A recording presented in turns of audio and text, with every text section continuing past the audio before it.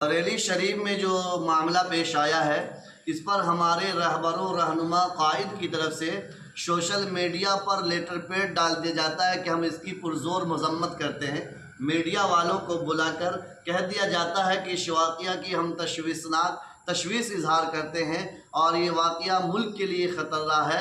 शासन का रवैया, प्रशासन का रवैया संविधान के ख़िलाफ़ है, अधिकार के ख़िलाफ़ है। सिर्फ ये कहने से हमारे कायदीन का काम नहीं चलेगा। मैं साफ लफ्ज़ों में कहता हूँ, काम नहीं चलेगा, क्योंकि किसी ने कहा है कि मौत से किन को रुस्तगारी है। मैं यहाँ पर कहना चाहूँगा कि इनसे किन को रुस्तगारी है, आज इनकी तो कल आपकी बारी है। हो ये रहा है कि देवबंदी पर हो रहा है तो बरेली खामोश, बरेली पर हो रहा है तो देवबंदी खामोश, अहले हदीस पर हो रहा है तो बरेली खामोश, शिया खामोश, सुन्नी खामोश।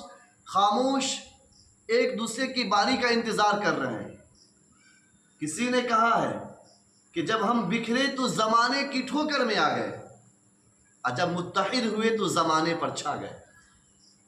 इसलिए मैं अपने कायदीन से अपील करना चाहूँगा, छोटा मुँह बड़ी बात हो सकती है, अपील करना चाहूँगा कि सिर्फ मजम्मत करने से, सिर्फ इंटरव्यू देने से, लेटर पैड पर लिखने से मसले का हल नहीं है। मैदान में उतर कर इंसाफ की लड़ाई लड़नी पड़ेगी, सबको एकजुट होना पड़ेगा। जब तक एकजुट नहीं होएंगे, जब तक हम एक प्लेटफॉर्म पर नहीं आएंगे, एक झंडा कलमा ला इलाहा इल्लल्लाह मुहम्मद रसूलुल्लाह के नीचे नहीं आएंगे, उस वक्त तक हम कामयाब नहीं हैं।